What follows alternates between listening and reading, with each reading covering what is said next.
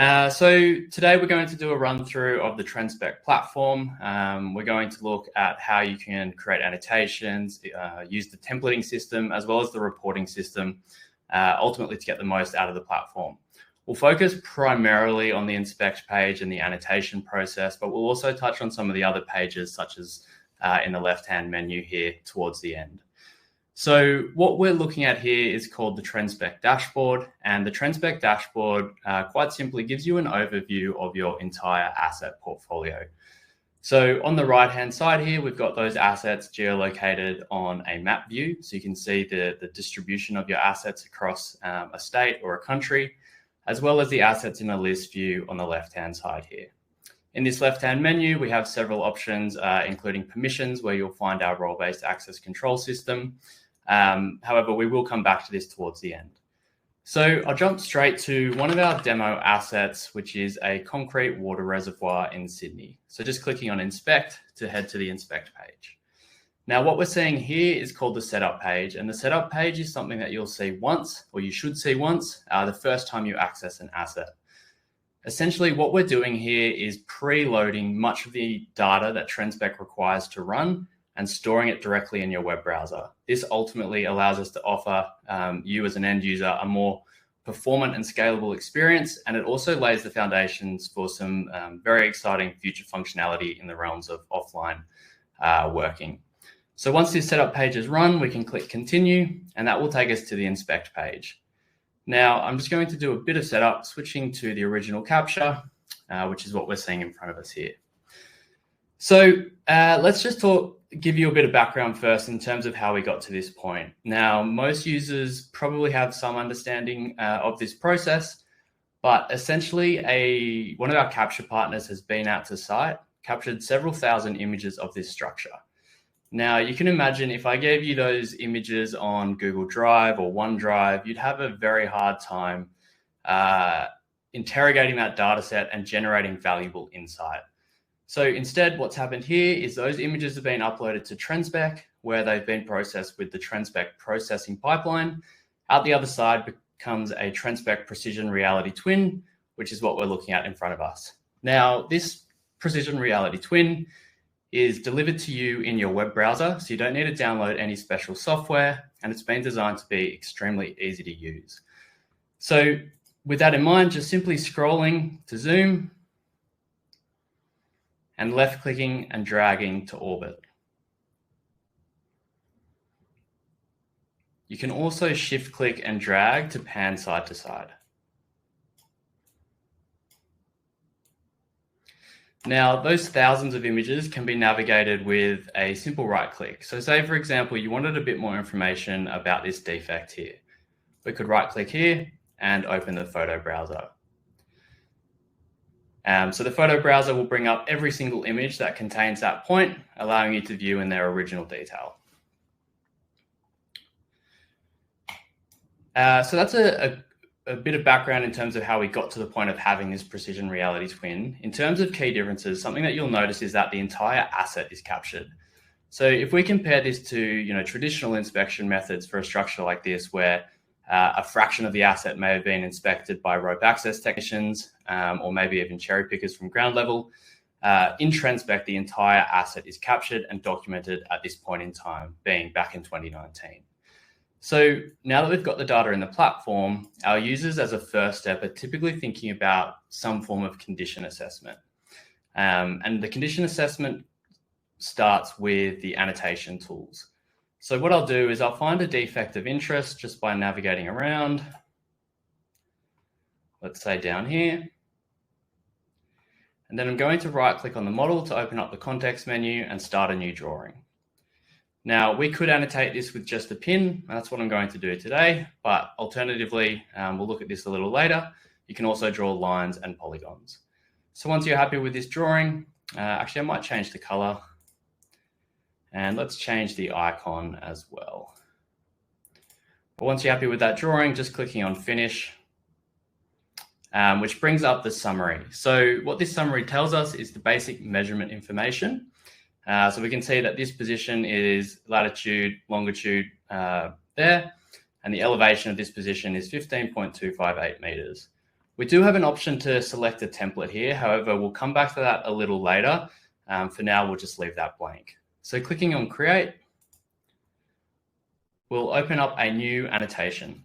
So essentially this drawing has now been saved to the model, and this annotation contains all of the data that is associated to this drawing. So we can start by giving it a name. I'll call this one Spool and click Enter.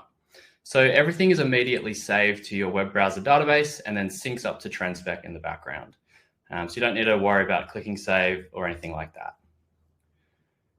We'll quickly flick through the various tabs of the annotation just so you can understand how you can get the most out of this section of the application. So firstly, the Overview tab. Now the Overview tab contains measurement data like we saw on the summary pane. It's also got the annotation ID. So clicking this link here will copy a deep link to our clipboard, and any privileged user that accesses that link will be taken directly to this view with the annotation open, ready to continue collaborating within the platform. There's also a description field here, which you can just use to expand upon the title. Now, down the bottom here, we have a visual section as well. So every time you create an annotation, a screenshot is generated of the current view. This screenshot is going to be used in PDF reports. And let's say, for example, you think you can get a better screenshot that better represents this defect. You can simply clear it, move to your preferred position, and click Update.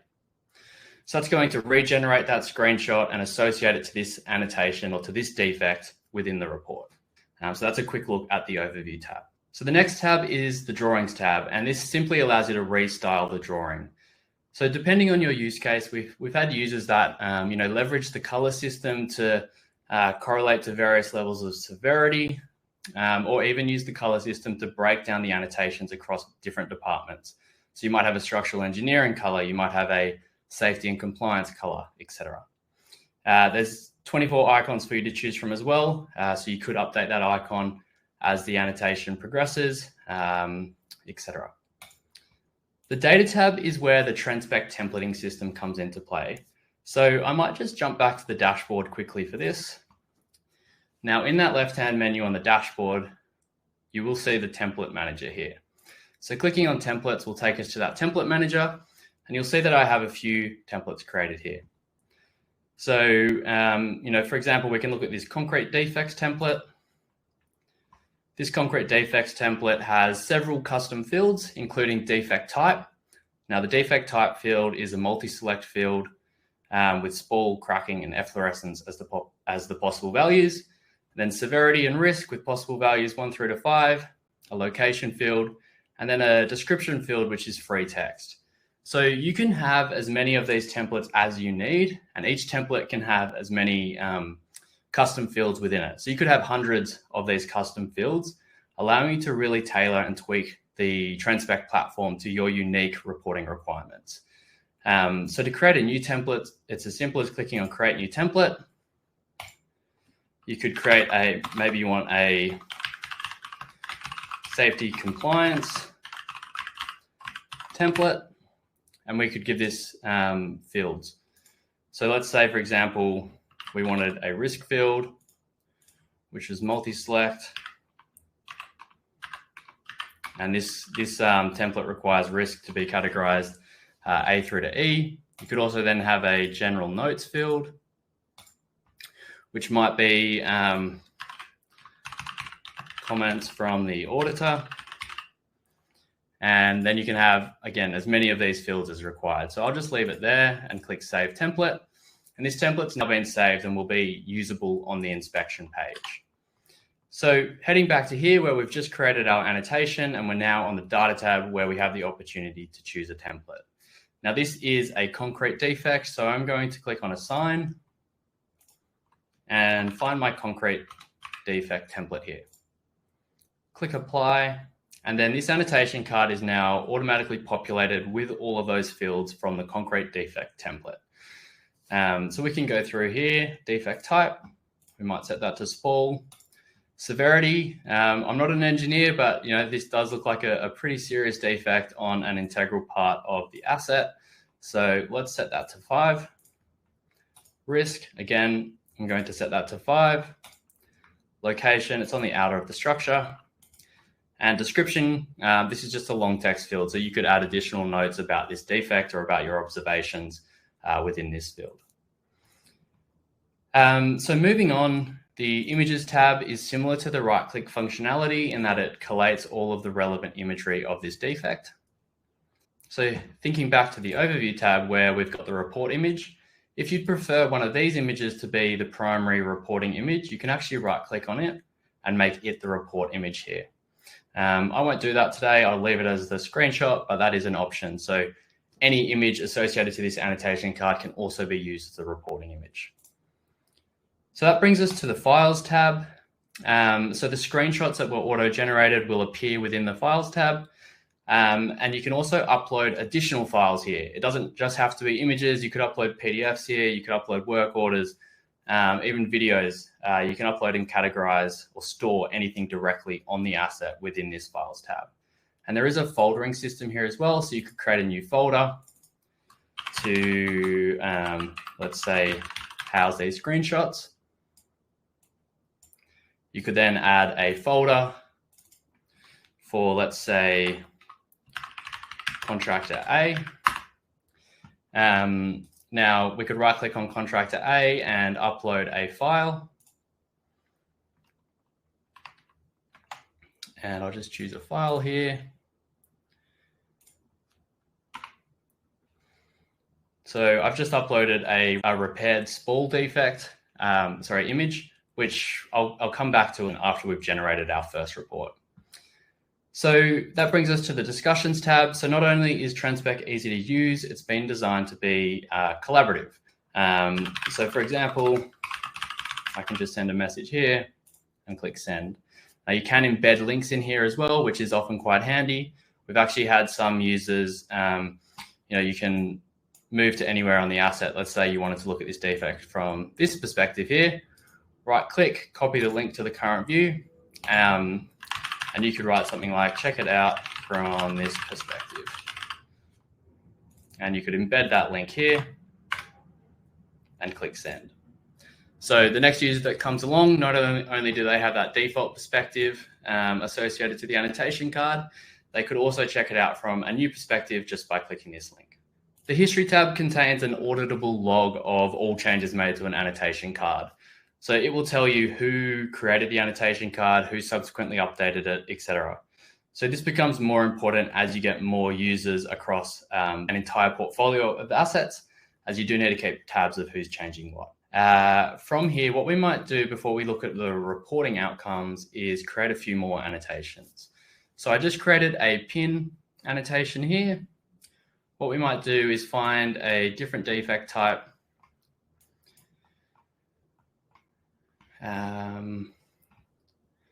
Let's say here, right click, start drawing, and I'm going to change the style to no pins, and we'll make this one orange. So in this instance, I'm actually going to draw a polygon around the defect. And we can style the fill, or we could turn off the fill altogether and click finish once we're happy with that. And what I glossed over earlier was the ability to pre-select the template. So now that I've introduced you to the templating system, when you're actually creating this annotation, you can choose that same template. So we'll go our concrete defects template again and click create.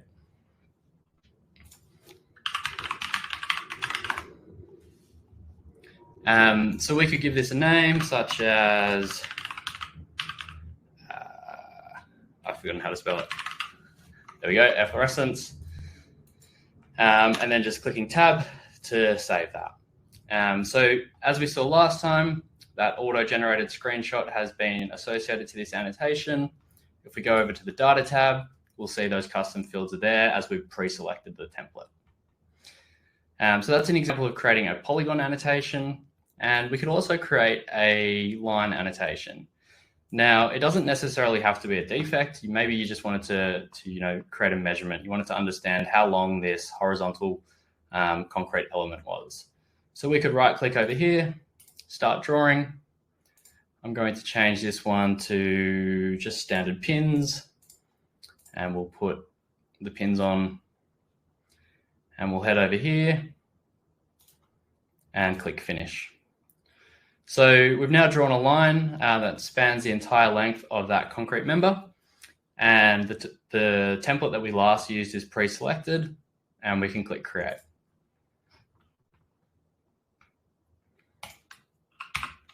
So again, we'll give this a name. And what you'll see here, again, that screenshot. Now, in this case, it doesn't include the entire line. So what we might want to do is just zoom out a little bit, clear that auto-generated screenshot, and hit update.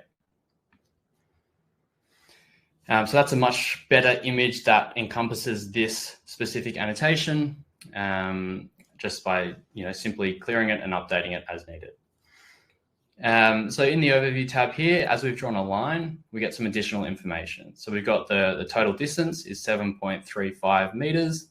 The height change just under 0.1, just over 0.1 meters. And the gradient is showing up as just 1 degree. So yeah, that's a quick example of creating a pin annotation, a polygon annotation up here, and then a line annotation here. Now, all of these annotations are added to the annotation list on the left-hand side here. So we can search this list. So say, for example, we only wanted to see spools. I just typed in spool into the search bar. We're now seeing one annotation here, and we're also only seeing the one annotation on the model. So this allows you to hone in on the annotations of interest, filtering both the annotation list and the model itself.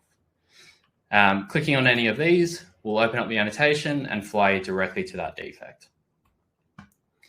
Now, within this annotation list, we can actually create folders. So you can see that 2 folders were already created, critical defects and low priority defects. We could add another folder just by right-clicking and clicking add folder and giving this a name. Let's say measurements. So I'm going to drag this cross-section annotation into the measurements, as well as the length example into the measurements, because they're less about defects and more about just extracting measurement data from the model. Let's put the spool into critical defects, and we'll leave it at that. If we go back to the annotation list, right-clicking a folder, clicking on select, that will set this folder as your active folder. So any annotations you now create will automatically land within that folder. So you don't even need to go and drag it there in the first place. You can actually nest these folders as well. So within your measurements folder, if you wanted to add another folder called cross-sections, and then you could add your cross-section measurements within that. So the new nesting ability within this folder system allows you to better structure that data, as well as generate reports through time. So once an asset has been captured many, many times, you can have folders that encompass all of those various annotations, allowing you to strategically generate reports. There are some other filters here as well. So you can filter based off of color or icon. And also you can filter based off of which data set the annotation was created against.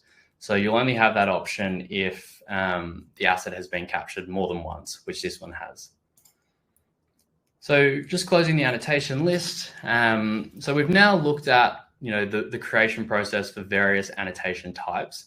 From here, our users are typically thinking about generating some form of report. So to do that, we'll head over to the reporting page up in the main menu bar here. And that will take us to a spreadsheet style view of all of this annotation data. Now, what we can do here is actually filter and query this data. So right now there's 7 annotations showing. If I add a search condition, maybe I want to filter based off of severity. I can set that to severity equals 5. So that's taken us from 7 annotations. It could be hundreds or thousands of annotations, depending on the complexity of your asset, and narrow that down to, just the one that matches my search condition. So you can see here that we've now got the one annotation, as well as all of the detail from the annotation card and its template, just represented in a slightly different tabular spreadsheet view. Now this filtered data can now be exported to Excel. So just clicking on export for Excel, you'll then have your your browser widget to download that. And that Excel contains all of the data you're seeing here, as well as links to access, the photos and the images associated to the annotation card. Most of our users are using the PDF report functionality though. So clicking on export to PDF, now you've got two options here. So you could put in your email address and click send report. About 10 seconds, 15 seconds later, you'll have an email in your inbox with the PDF report available for download via a link. Alternatively, we can click preview to see that report in our web browser. So we get a cover page, some overview information, and then one page per annotation that meets that filter that we set.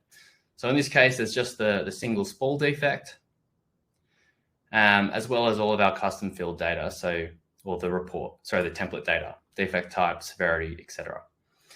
Now, even these more traditional reports include a deep link to get you back into the platform, ready to collaborate within the 3D report environment.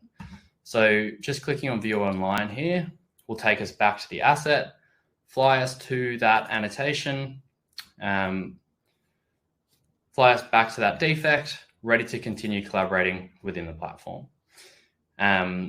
So if we think about this example a little deeper, in this instance, the asset owner had this asset that was in quite bad condition. It had been decommissioned several years earlier, and essentially they wanted to bring it back online. So they were able to leverage this initial capture along with the Trendspek annotation tools to essentially complete that or to prepare the scope of works for the remedial project within Trendspek. So there was no need for users or tenderers to go out to site. They were able to use Trendspek as their platform of reference when preparing those scope of works. Once those remedial works actually took place, so over the next couple of years, once those works were complete, Trendspek went back out to site to essentially recapture the asset. And that's when you'll get access to the Trendspek trend tools, which we'll find over here. So clicking on this will open up the synced canvas or the synced viewer. Clicking on this will then bring up the 2021 capture on the right. So on the left, we're looking at the asset pre-remedial works back in 2019. On the right, the asset post-remedial works in 2021. Now these models are calibrated to each other perfectly, and the viewers are synced, allowing you to see exactly how that asset has changed. So we can see that this spall has been repaired. They've even reinforced these concrete uprights with these steel bands, replaced this old corroded pipework, amongst a host of other change across this asset. We've got some new graffiti, some new access hatches on the roof. So this is a great example of the Trendspek trend tools in action, allowing you to see how an asset has changed. So we can see here that nothing was done about this defect in particular, and we can close this just by clicking on the canvas pane again. All right, so we've looked at the very simple process of creating reports in Trendspek by leveraging the annotation system. From here, I might just show you two other annotation types, our cross-section annotations, as well as our roof deflection annotation or surface deflection annotation. So over on the road here, we've got a cross-section drawn. Essentially, this just started as a line annotation, so 2 pins, one at the beginning, one at the end. And the difference with the cross-section annotation is on the drawings tab.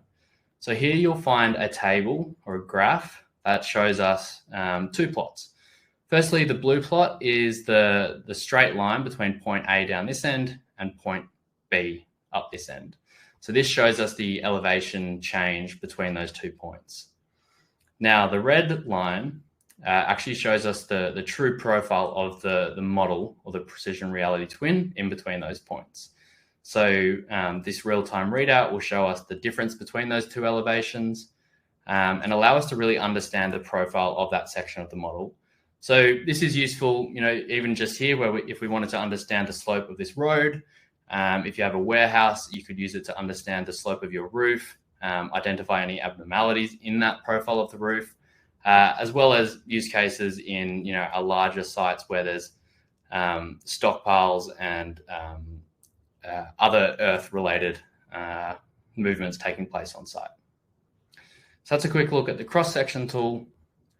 From here, we might look at the surface deflection tool.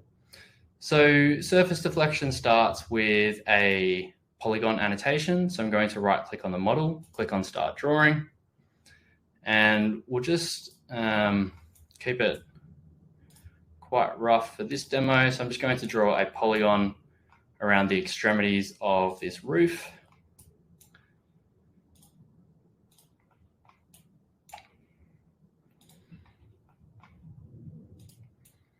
Working our way around.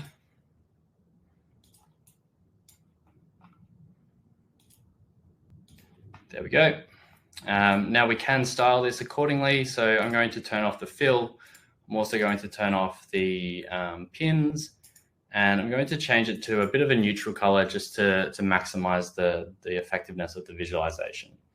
So once we're happy with that polygon, just clicking on Finish, and we're going to convert this to a roof deflection up here. And there's several types. If you want to understand those types in more detail, it's best you click on the info icon here to get taken to an article that explains all that. We'll leave it on the default settings for now and click Create. So what Trendspek is now doing is analyzing thousands of points across this roof surface. It's then going to produce a visualization that shows us high and low spots across the roof. So what we should see is in a roof like this, I'm assuming it's been designed to drain towards the outer edges. So we should see some sort of visualization that represents that. Now, due to the vast number of points that Trendspek is analyzing, this can take a few seconds to produce, but it shouldn't be too much longer. So once this is complete, we'll get an annotation similar to the polygon annotation that we've already looked at, with the difference being on the drawing tab where we'll have a key to help us interpret the colors. So jumping back to the 2019 data set, what we're now seeing is a heat map on the roof of this structure. So if we head over to the drawings tab, we can tweak this to our requirements. So right now we've got a default tolerance here of plus minus 30 mil. If we change both of these numbers to 0, we'll have color across the entire polygon. And we could change this to, let's say, 100 and minus 100 and toggle on the outliers. Might bump this up a little bit, 120. So what we're seeing here is sort of exactly what we expected. So we've got a high point in the middle of the roof, and that's slowly changing towards the outer extremity of the roof, getting lower. So this tool can be used to identify abnormalities in large roofs as well as on large concrete slabs. We've had users effectively use the tool to find low spots on concrete slabs where water was pooling. But I just wanted to show you this example as a demonstration of some of the more advanced analytical tools within the Trendspek annotation system. I might just give this a name before wrapping up.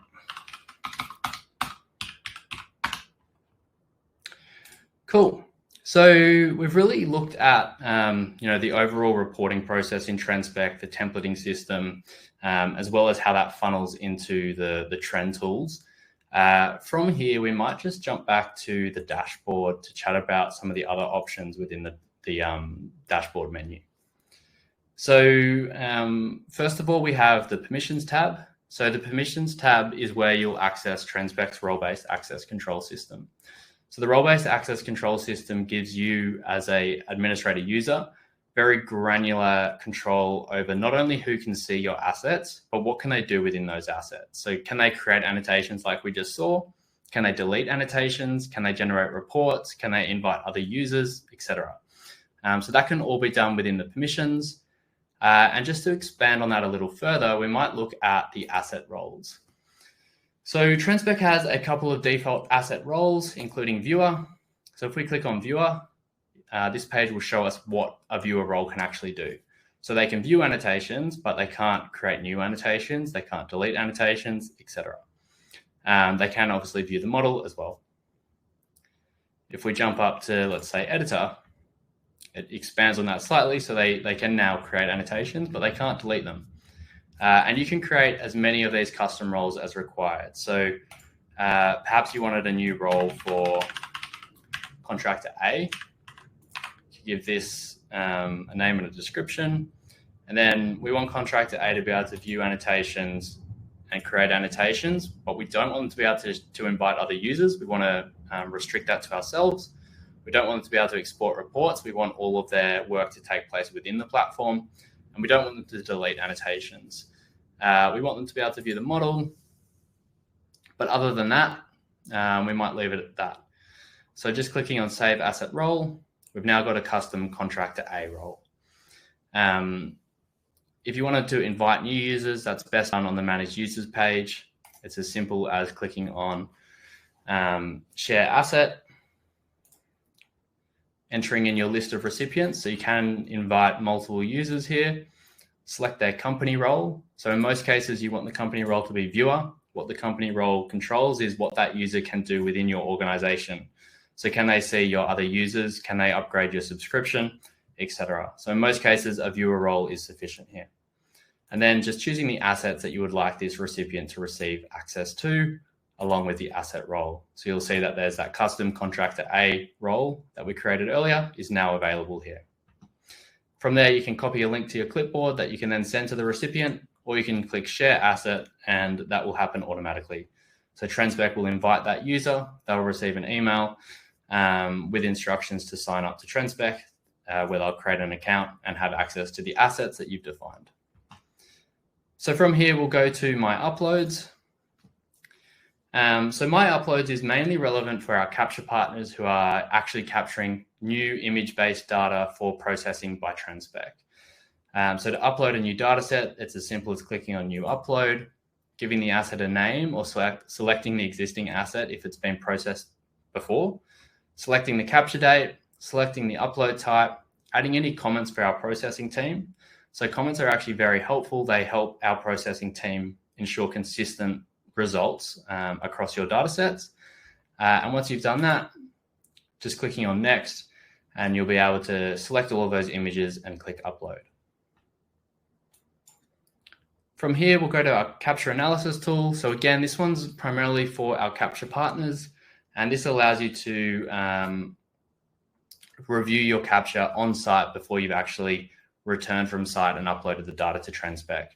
So it's as simple as dragging and dropping all of the images from your capture into the bottom left. What Trendspek will then do is very rapidly analyze all of that data within your web browser. So it's not uploading any data to Trendspek, and it will then allow you to see that capture within the capture analysis tool, where you can review the imagery, identify any spots that you may have missed, ultimately allowing you to recapture them before you return from site. Templates we've already looked at. So templates is where you'll be able to create new templates, edit existing templates, as well as delete templates. And integrations is available on certain plans, and is where you'll find some of our integrations with providers such as Skydio, as well as our API. Account management contains account-specific settings such as measurement units, etc. Beyond that, that's a really quick look at the Trendspek dashboard. From here, we can probably take it to questions.